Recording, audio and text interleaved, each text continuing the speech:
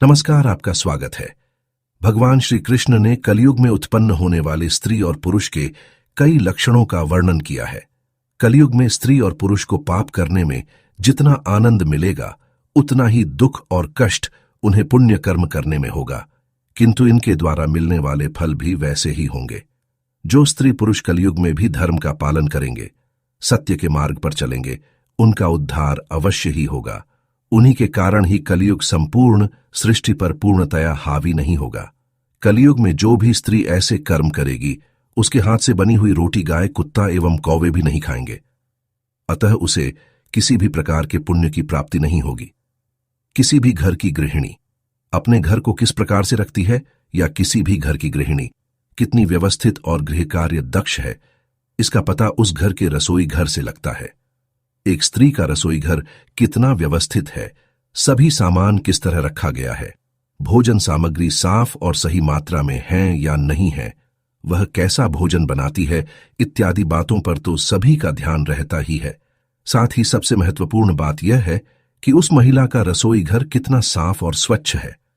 जितना सलीकेदार और स्वच्छ एक स्त्री का रसोई घर होता है, उस परिवार के लोग भी उतने ही स्वस्थ और प्रसन्न रहते हैं, क्योंकि स्वच्छ तरीके से बना भोजन अच्छा स्वास्थ्य देता है और अच्छे स्वाद वाला भोजन मन में प्रसन्नता भर देता है।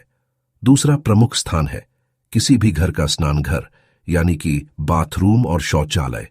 किसी भी घर का स्नान घर और शौचालय जितना साफ और स्वच्छ होता है, उस घर के लोग बीमारियों से उतने ही बचे रहते हैं, क्योंकि अधिकांश बीमारियों का कारण अस्वच्छता ही होता है और स्नान घर और शौचालय यह बीमारियों का मुख्य घर माना जाता है। आपने देखा ही होगा कि दीपावली पर लगभग सभी हिंदू घरों में सबसे पहले स्नान घर और शौचालय को साफ किया जाता है, और दीपावली का सबसे पहला दीपक भी स्नान घर में ही जलाया जाता है। इसका कारण यह है कि दीपावली पर मां लक्ष्मी जी की पूजा की जाती है, और मां लक्ष्मी उसी घर में आती है जिस घर में स्वच्छता रहती है। भारत के प्रमुख महाकाव्य महाभारत के एक प्रसंग के अनुसार, जब कृष्ण की पत्नी सत्यभामा द्रौपदी से उसकी सफल गृहस्थी का राज जानना चाहती है, तो द्रौपदी उसे बहुत सारी बातें बताती है, जिनमें प्रमुख रूप से घर की स्वच्छता और अपने परिवार के स्वास्थ्य पर अधिक बल देते हुए कहती हैं कि सत्यभामा, मैं अपने घर को हमेशा साफ सुथरा रखती हूं और स्वयं शुद्ध और स्वच्छ होकर ही सबको शुद्ध और सात्विक भोजन परोसती हूं, जिससे मेरे घर में सुख, समृद्धि और शांति आती है। चारों ओर सकारात्मक ऊर्जा व्याप्त होती है और परिवार के लोगों का मानसिक और शारीरिक स्वास्थ्य भी उत्तम रहता है, जिससे हम सभी सुखी, प्रसन्न और संतुष्ट रहते हैं। आयुर्वेद में भी अच्छे स्वास्थ्य के लिए अन्य बातों के साथ साथ शारीरिक स्वच्छता को भी बेहद जरूरी माना गया है। शौच के बाद हाथों को धोना, साफ पानी से नहाना और दांतों तथा अन्य शारीरिक अंगों, विशेषतः शरीर के आंतरिक अंगों की स्वच्छता पर अधिक बल दिया गया है। महिलाओं को तो खास तौर पर अपनी शारीरिक स्वच्छता का ध्यान रखना चाहिए, क्योंकि उन्हें माहवारी के साथ ही अन्य कई आंतरिक परेशानियों का सामना करना पड़ता है। पुराने जमाने में महिलाएं सुबह उठते ही नित्य कर्म से निवृत्त होकर पहले स्नान करती थी, उसके बाद ही रसोई घर में प्रवेश करती थी और सबके लिए भोजन बनाती थी। माहवारी के दौरान रसोई घर में प्रवेश नहीं करती थी, क्योंकि पहले लोग खाना खाने के पहले भगवान को भोग जरूर चढ़ाते थे, और भगवान का खाना तो बिना नहाए बना ही नहीं सकते हैं। हालांकि आज के एकल परिवारों में ऐसा चाहकर भी संभव नहीं हो पाता है, क्योंकि एक ही महिला को घर के सभी काम करने होते हैं। परंतु सभी नहीं, लेकिन कुछ महत्वपूर्ण बातों का पालन तो हम कर ही सकते हैं। खाना बनाने के पहले और बाद में कुछ सावधानियां बरतनी ही चाहिए, जिससे परिवार में सभी का स्वास्थ्य अच्छा रहता है। स्वच्छता का सबसे अधिक ध्यान शौच से आने पर रखना चाहिए। शौच और शौचालय में विभिन्न प्रकार के कीटाणु इत्यादि मौजूद होते हैं, जो कि हमारे शरीर के लिए हानिकारक होते हैं।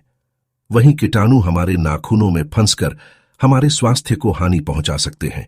इसलिए आयुर्वेद में भी हाथों के साथ साथ नाखूनों की स्वच्छता पर भी ध्यान देना बेहद जरूरी माना है।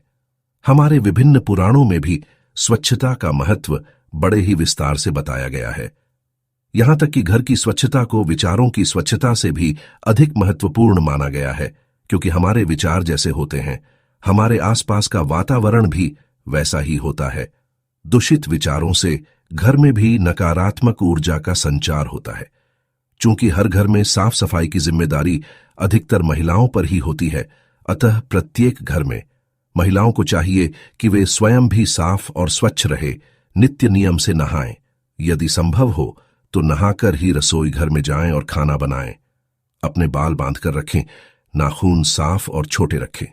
लघु शंका या दीर्घ शंका के बाद अपने हाथों को साबुन से अच्छी तरह धोकर ही बाकी काम करें। अपने बच्चों को भी यही सिखाएं और उनमें अच्छी आदतें विकसित करें, जिससे उनका और बाकी परिवार का स्वास्थ्य अच्छा रहता है और परिवार में खुशहाली आती है। तो दोस्तों, उम्मीद है आपको यह जानकारी अच्छी लगी होगी। वीडियो को लाइक जरूर करें, कमेंट में जय श्री कृष्ण जरूर लिखें, साथ ही चैनल को सब्सक्राइब करें। आप सभी का धन्यवाद।